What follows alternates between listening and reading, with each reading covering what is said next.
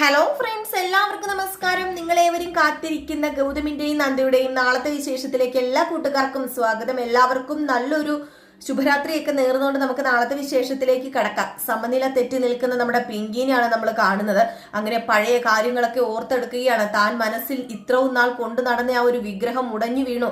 താൻ ആദ്യമായിട്ട് കണ്ടതും ഗൗതമുമായിട്ട് ഒരു ദിവസമെങ്കിൽ ഒരു ദിവസം താൻ ഗൗതമുമൊത്ത് സന്തോഷിച്ച കാര്യവും ഒക്കെ ഇങ്ങനെ ആലോചിച്ച് ആ ഒരു ഷവറിന്റെ മുമ്പിൽ ഇരിക്കുന്ന ആ ഒരു ഷവറും ഒരു ബാത്ത് ഡപ്പയുണ്ട്. അവിടെ ഇങ്ങനെ കിടക്കുന്ന നമ്മുടെ പിങ്കിയാണ്. പിങ്കിയുടെ മനസ്സിലൂടെ പല കാര്യങ്ങൾ കടന്നു പോകുന്നു. ഏതായാലും പിങ്കി മരണത്തിലേക്ക് പോകുമോ? മരിക്കാനുള്ള ഒരു ചിന്ത പിങ്കിയിൽ ഉണ്ടാകുമോ? ഒരിക്കലും നമ്മുടെ പിങ്കി മരിക്കാൻ പോകുന്നില്ല. മരിക്കാനുള്ള ചിന്ത പിങ്കിയിൽ ഉണ്ടാവില്ല. കാരണം അത്രയ്ക്ക് ക്രൂരമായ ഒരു മനസ്സുള്ള ഒരാൾ എങ്ങനെ മരിക്കും?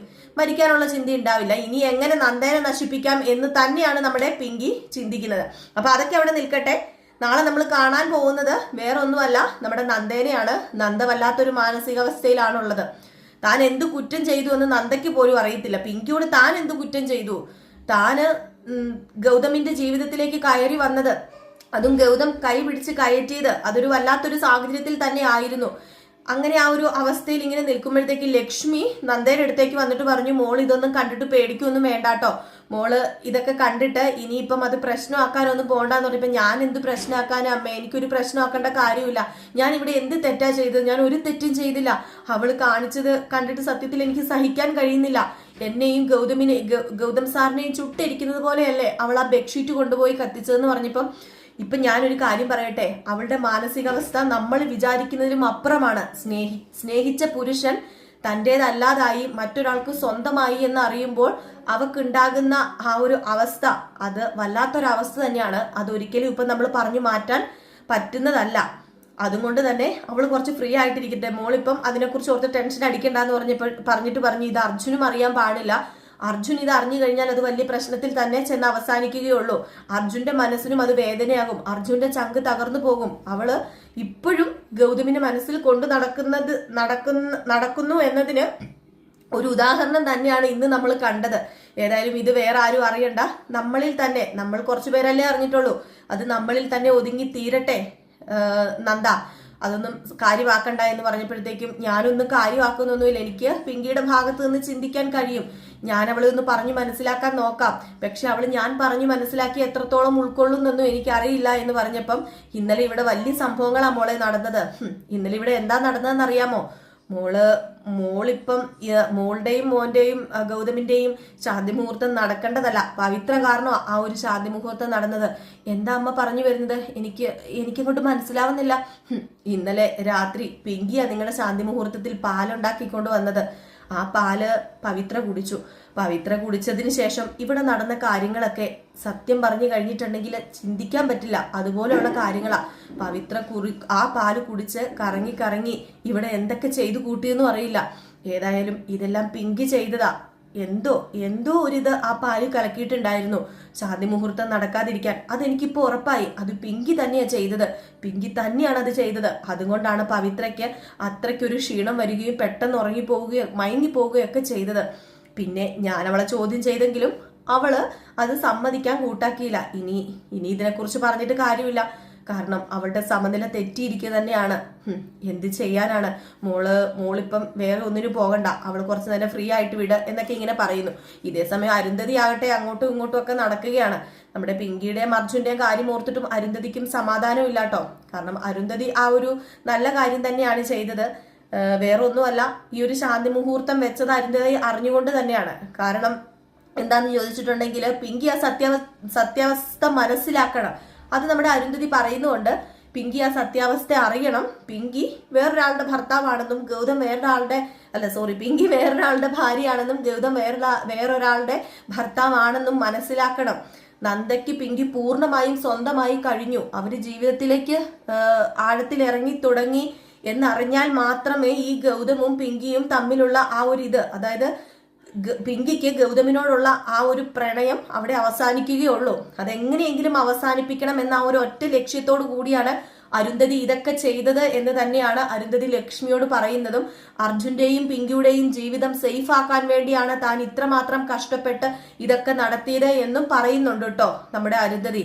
ഏതായാലും ഇത് കേട്ട് കഴിയുമ്പോഴത്തേക്കും ലക്ഷ്മി പറയുന്നുണ്ട് വലിയടത്തി ചെയ്തത് ഒരിക്കലും തെറ്റല്ല, ഇത് നല്ല കാര്യം തന്നെയാണ്. ഇപ്പം കുറച്ചു നേരം അവളുടെ ആ ഒരു മാനസിക നിലയിൽ വ്യത്യാസം വന്നെങ്കിലും അവൾക്കിപ്പം കുറച്ചൊരു മനസ്സിനൊരു വിഷമം ഉണ്ടെങ്കിലും അവൾ ആ യാഥാർത്ഥ്യം തിരിച്ചറിയും. പിങ്കി ആ യാഥാർത്ഥ്യം തിരിച്ചറിഞ്ഞാൽ അർജുനുമായിട്ടുള്ള ജീവിതം അവൾ തുടങ്ങിക്കോളും. അർജുനുമായിട്ടുള്ള ജീവിതം തുടങ്ങിയില്ലെങ്കിൽ അത് സുമംഗലിയടത്തിനെ ബാധിക്കും. സുമംഗലിയടത്തി നമ്മളെ ഏൽപ്പിച്ചിട്ടാ പോയിട്ടുള്ളത്. ഈ കാര്യങ്ങളൊന്നും അർജുൻ അറിയാനും പാടില്ല എന്നുള്ള രീതിയിൽ തന്നെയാണ് അരുന്ധതിയും സംസാരിക്കുന്നത്. അർജുൻ ഇതൊക്കെ അറിഞ്ഞു കഴിഞ്ഞാൽ എന്തായിരിക്കും അവസ്ഥ? ഒരിക്കലും അർജുൻ പിന്നെ ഈ വീട്ടിൽ നിൽക്കില്ല. വീണ്ടും ഗൗതം പിങ്കിയുടെ മനസ്സിലുണ്ട് എന്ന് ആ ഒരു ചെറുതായിട്ട് നമ്മുടെ അർജുൻ അറിയാമെങ്കിലും ഇത്രയ്ക്കും അടുപ്പം നമ്മുടെ പിങ്കിക്കുണ്ട്. ഒരിക്കലും അർജുനെ ഉൾക്കൊള്ളാൻ പിങ്കിക്ക് കഴിയില്ല എന്നും ആ ഒരു യാഥാർത്ഥ്യം മനസ്സിലാക്കും. പക്ഷെ നമ്മുടെ അർജുൻ ഇപ്പൊ പിങ്കിയുടെ കൂടെ നിൽക്കുന്നത് എങ്ങനെയെങ്കിലും പിങ്കിയുടെ മനസ്സ് മാറ്റിയെടുക്കാം എന്ന ആ ഒരു ലക്ഷ്യത്തോടു കൂടി തന്നെയാണ് നിൽക്കുന്നത്. എന്തെങ്കിലും മനസ്സുമായി മാറി പിങ്കി തനിക്ക് സ്വന്തമാകും എന്ന ആ ഒരു ഇതുണ്ട്, ആ ഒരു ഇഷ്ടവും ഉണ്ട് കേട്ടോ നമ്മുടെ അർജുനെ. അങ്ങനെ പിന്നെ കാണിക്കുന്നത് നമ്മുടെ പിങ്കിനെയാണ് കേട്ടോ. അപ്പൊ പിങ്കി ആണെങ്കിൽ ഈ കുറെ നേരം ഇങ്ങനെ മഴയൊക്കെ നനഞ്ഞ് സത്യം പറഞ്ഞു കഴിഞ്ഞിട്ടുണ്ടെങ്കിൽ പിങ്കിക്ക് വല്ലാത്ത ദേഹാസ്വസ്ഥതയും പനിയും അങ്ങനെ വിറയലും ഒക്കെ ആയിപ്പോയി. അങ്ങനെ പിങ്കി വന്ന് ആ ഒരു കട്ടിലേൽ കിടന്നു കഴിയുമ്പോഴത്തേക്കും അർജുൻ അപ്പൊ അവിടെ ഇല്ല കേട്ടോ. അർജുൻ അവിടെ നിന്ന് പോയായിരുന്നു. അർജുൻ അവിടെ നിന്ന് പോയെന്ന് വെച്ചാൽ റൂമിൽ നിന്ന് പോയായിരുന്നു. അങ്ങനെ പിങ്കി വന്ന് ആ കട്ടിലേൽ കിടക്കുകയാണ്. പിങ്കിയുടെ അടുത്തേക്ക് ആരും വന്നില്ല. ആ ഒരു സമയം വരെ പിങ്കിനെ ഫ്രീ ആയിട്ട് വിട്ടേക്കാണ്. അപ്പൊ പിങ്കി ഈ ഒരു ഷവറിന്റെ ഒക്കെ ചോട്ട് നിന്ന് സത്യം പറഞ്ഞിട്ടുണ്ടെങ്കിൽ നല്ല പനിയൊക്കെ പിടിച്ചു. അപ്പൊ പനിയൊക്കെ പിടിച്ചിട്ട് നമ്മുടെ പിങ്കി ഇങ്ങനെ കിടക്കുകയാണ്. അപ്പൊ അർജുൻ ഉണ്ടായിരുന്നു. അർജുൻ കണ്ടു, പനിയൊക്കെ പിടിച്ച അർജുൻ കണ്ടിട്ടാണ് അങ്ങ് പോയത്. അങ്ങനെ നെറ്റിയിലൊക്കെ ഇതൊക്കെ വെച്ച് കൊടുത്തിട്ട് കിടക്കുകയാണ് പിങ്കി. അങ്ങനെ കിടന്നുകൊണ്ടിരുന്ന സമയത്ത് അർജുൻ കയറി വന്നത് നമ്മുടെ പിങ്കി പിച്ചും പേയും ഒക്കെ പറയണം. വേറെ ഒന്നുമല്ല പിച്ചും പേയും പറയുന്നത്, ഗൗതമിനെ ഞാൻ ആർക്കും വിട്ടുകൊടുക്കില്ല. ഗൗതം എന്നും എൻ്റെ സ്വന്തമായിരിക്കും. നീ ഇല്ലാത്ത ഒരു ജീവിതം അതെനിക്ക് ചിന്തിക്കാൻ കഴിയില്ല. എൻ്റെ മനസ്സിൽ ഒരു പുരുഷനുണ്ടെങ്കിൽ അത് ഗൗതം മാത്രമായിരിക്കും. അത് മാത്രമാണ്. എൻ്റെ മരണം വരെ ഞാൻ നിന്നെയാണ് എൻ്റെ ഭർത്താവായിട്ട് എൻ്റെ പുരുഷനായിട്ട് കാണത്തുള്ളൂ എന്നൊക്കെ പറഞ്ഞുകൊണ്ടാണ് നമ്മുടെ പിങ്കി ഇതൊക്കെ പറയുന്നത്. അങ്ങനെ വരൂ ഗൗതം എന്നൊക്കെ പറഞ്ഞ് ഇങ്ങനെ കൈയൊക്കെ ഇങ്ങനെ മേളിലേക്കൊക്കെ എടുത്തു വെച്ച് ഇങ്ങനെ ഗൗതമിനെ വിളിക്കുകയാണ്. ഇതെല്ലാം നമ്മുടെ അർജുൻ കേൾക്കുകയാണ് കേട്ടോ. അപ്പൊ അർജുൻ ഇതെല്ലാം കേട്ട് കഴിയുമ്പോൾ എന്താ സ്വാഭാവികമായിട്ടുണ്ടാവുക? സത്യമായിട്ടും നമ്മുടെ പിങ്കി മാറി എന്ന് വിചാരിച്ചാണ്. കുറച്ചെങ്കിലും പിങ്കിക്ക് മാറ്റമുണ്ട്, തന്നെ ഭർത്താവായിട്ട് അംഗീകരിക്കും എന്നൊരു ആ ഒരു മനസ്സിൽ ഞാൻ നേരത്തെ പറഞ്ഞതുപോലെ ഉണ്ടായിരുന്നു അർജുന്. അതെല്ലാം ഒരു നിമിഷം കൊണ്ട് പൊട്ടിച്ചിതറി ഇല്ലാതായി പോവുകയാണ്. അർജുൻ നിറ കണ്ണുകളോട് കൂടിയാണ് ആ റൂമിൽ നിന്ന് വെളിയിലേക്ക് ഇറങ്ങി വരുന്നത്. ഗൗതമിനെ മാത്രം മനസ്സിൽ എന്താ പറയാ പൂജിച്ച് ധ്യാനിച്ച് നടക്കുന്ന തൻ്റെ ഭാര്യനെ കാണുന്ന ഒരവസ്ഥ. എന്തൊരവസ്ഥയാണ് എന്ന് ചോദിച്ചിട്ടുണ്ടെങ്കിൽ നമ്മുടെ ഗൗതമിനല്ല, സോറി, അർജുന് മാത്രമേ അറിയത്തുള്ളൂ ആ ഒരു ഇത്. ഏതായാലും അർജുൻ വീട് വിട്ട് ഇനി ഇറങ്ങി പോകുവോ? അർജുൻ ഇതൊക്കെ സഹിച്ച് ആ വീട്ടിൽ നിൽക്കുവോ? അതോ ആ വീട് വിട്ട് ഇറങ്ങി പോകുവോ എന്നറിയില്ല. അത്രമാത്രം വേദനയോട് കൂടിയാണ് നമ്മുടെ അർജുൻ ആ റൂമിൽ നിന്നും വെളിയിലേക്ക് ഇറങ്ങി വരുന്നതും.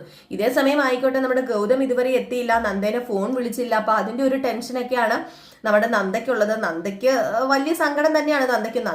നന്ദയുടെ അച്ഛന്റെ ഫോട്ടോ എടുത്ത് ചേർത്ത് പിടിച്ചിട്ട് അച്ഛൻ കാരണമല്ലേ ഞാൻ ഈ ഒരു അവസ്ഥയിൽ എത്തിയത്, അച്ഛൻ എന്തിനാ ഈ ലോകം വിട്ടു പോയത്, അച്ഛൻ ഈ ലോകം വിട്ടു പോയത് കൊണ്ടല്ലേ ഞാനിപ്പോ ഇതൊക്കെ അനുഭവിക്കേണ്ടി വന്നതും ഞാൻ ഗൗതം സാറിനെ കാണേണ്ടി വന്നതും ഈ വീട്ടിൽ കയറി വരേണ്ടി വന്നതൊക്കെ അച്ഛൻ കാരണമല്ലേ, അച്ഛൻ ഉണ്ടായിരുന്നപ്പോ ഈ നന്ദയുടെ കണ്ണുപോലും നനയ്ക്കാൻ അച്ഛൻ സമ്മതിച്ചിട്ടില്ലായിരുന്നുവല്ലോ എന്നൊക്കെ ഇങ്ങനെ മനസ്സിൽ ഇങ്ങനെ പറയുകയാണ് ആ ഒരു ഫോട്ടോയൊക്കെ ചേർത്ത് പിടിച്ച്. ഈ സമയത്താണ് നമ്മുടെ ലക്ഷ്മി വീണ്ടും കടന്നു വരുന്നതും. മോളെ എന്താ മോളെ പറ്റിയത് നിനക്ക്? ഞാൻ പറഞ്ഞില്ലേ മോളെ പോട്ടെ, സാരമില്ല. അതല്ല ഗൗതം രാവിലെ ഇറങ്ങിപ്പോയതല്ലേ, അവൻ എവിടെ പോയതാണെന്ന് മോളോട് പറഞ്ഞു എന്ന് ചോദിച്ചപ്പോൾ ഇല്ല എന്നോട് പറഞ്ഞില്ലമ്മേ, കമ്മീഷണർ വിളിച്ചു, എന്തോ അത്യാവശ്യ വിവരമാണെന്ന് പറഞ്ഞാ പോയത്, എന്തോ അത്യാവശ്യമായിട്ടുള്ള കാര്യമാണെന്നാ പറഞ്ഞതെന്ന് പറഞ്ഞു. അപ്പൊ ഇത് കേട്ട് കഴിഞ്ഞപ്പോഴത്തേക്കും എന്ത് അത്യാവശ്യമാണെങ്കിലും അവന് നിന്നോട് പറഞ്ഞിട്ട് പോക്കൂടെ എങ്ങോട്ടാ പോയതെന്ന്, അല്ലെങ്കിൽ അറ്റ്ലീസ്റ്റ് ഒന്ന് വിളിച്ചുകൂടെ എന്നൊക്കെ നമ്മുടെ ലക്ഷ്മി ചോദിക്കുന്നുണ്ട്. അപ്പൊ ലക്ഷ്മിയുടെ ഈ ചോദ്യത്തിന് നന്ദ ഗൗതമിനെ കുറ്റപ്പെടുത്താതെ തന്നെയാണ് ഓരോ ഉത്തരങ്ങളൊക്കെ പറയുന്നത്. ഏതായാലും ഇങ്ങനെ ഓരോന്ന് സംസാരിക്കുന്നത്. ഇതിനിടയിൽ മോഹിനി ആയിക്കോട്ടെ പിങ്കിക്ക് ഈ ഒരു അവസ്ഥ വരാൻ കാരണം ഏട്ടത്തിയാണെന്നും വലിയേട്ടത്തി കാരണമാണ് പിങ്കിക്ക് ഈ ഒരു അവസ്ഥ വന്നതെന്നും ഇപ്പൊ എന്തിനാണ് ഈ ശാന്തി മുഹൂർത്തം പിടിച്ച് പൊക്കിക്കൊണ്ടു വന്നതെന്നും പറഞ്ഞുകൊണ്ട് എന്താ പറയാ കൊട പിടിച്ച് അങ്ങ് തുടങ്ങുകയാണ്. അപ്പം അരുന്ധതിനെ കുറ്റം പറയണം. അപ്പം പവിത്ര ഇത് കൂടുന്നുണ്ട് കേട്ടോ, മോഹിനിയുടെ കൂടെ കൂടുന്നുണ്ട് കുറ്റം പറയാൻ. അതുകൊണ്ടല്ലേ പിങ്കിക്ക് ഈ ഒരു അവസ്ഥ വന്നത് എന്നൊക്കെ പറയുന്നുണ്ട് കേട്ടോ. ഏതായാലും നമ്മുടെ പിങ്കി കാണിക്കുന്നത് അത്രയ്ക്ക് ശരിയൊന്നും അല്ലെന്ന് എല്ലാവർക്കും അറിയാം. എങ്കിൽ പോലും നമ്മുടെ പവിത്രയും മോഹിനിയും അവിടെയും ഇവിടെയും നിൽക്കും. അവിടെയും ചാടും ഇവിടെയും ചാടും, വേണമെങ്കിൽ ഒരു കുഴി കുത്തിയിട്ട് അതിലെയും ചാടുന്ന ഒരവസ്ഥയാണ് നമ്മുടെ പവിത്രയ്ക്കും അതുപോലെ തന്നെ മോഹിനിക്കും ഉള്ളത്. ഇതേസമയം നമ്മുടെ അർജുൻ വീട്ടിൽ നിന്ന് പോകുന്നുണ്ട്. അർജുൻ എവിടെ പോകുകയാണെന്ന് അറിയുന്നില്ല. ഇതെല്ലാം കേട്ട് കഴിയുമ്പോൾ അർജുന് വേദനയുണ്ടായി. അർജുൻ ആ വീട് വിട്ടിറങ്ങുന്നുണ്ട്. വീട് വിട്ടിറങ്ങുന്നത് എങ്ങോട്ടാണെന്ന് അറിയില്ല. ഇനിയിപ്പം തിരിച്ചു വരാൻ വേണ്ടിയുള്ള പോക്കാണോ എന്നൊന്നും അറിയില്ല. അപ്പൊ അതിനെക്കുറിച്ചൊന്നും ഒരു ക്ലാരിഫിക്കേഷൻ നമുക്ക് കിട്ടിയിട്ടില്ല. അപ്പൊ നമുക്ക് ഫുൾ വിശേഷം വരെ കാത്തിരിക്കേണ്ടിയിരിക്കുന്നു. അതിനോടൊപ്പം തന്നെ പുതിയ അതിഥികളൊക്കെ വരുന്നുണ്ട് നമ്മുടെ കഥയിലേക്ക്. അർജുൻ പോയത് ആ ഒരു കേസുമായിട്ട് ബന്ധപ്പെട്ട് തന്നെയാണ് അർജുൻ പോയിരിക്കുന്നത്. അഭിരാമി എന്ന് പറയുന്ന, അഭി എന്ന് വിളിക്കുന്ന അഭിരാമി കടന്നു വരുന്നുണ്ട്. ഇവരുടെ ജീവിതത്തിൽ എന്തെങ്കിലും പ്രശ്നം ഉണ്ടാക്കുമോ എന്നൊക്കെ അതൊക്കെ നമുക്ക് കാത്തിരുന്ന് കാണേണ്ടിയിരിക്കുന്നു കേട്ടോ. അപ്പൊ എല്ലാവരും കാത്തിരിക്കുക. ഫുൾ വിശേഷവുമായി രാവിലെ തന്നെ എത്തും. അതുപോലെ തന്നെ രാവിലെ ഇപ്പം നമ്മൾ രാവിലെ ഇന്ന് പ്രമോ വിശേഷമാണ് ഇടുന്നത്. ഫുൾ വിശേഷം വരാൻ താമസിക്കുന്നുണ്ട്. ഫുൾ വിശേഷം വരുന്ന ഉടനെ നമ്മൾ ഫുൾ വിശേഷവും പോസ്റ്റ് ചെയ്യാറുണ്ട് കേട്ടോ.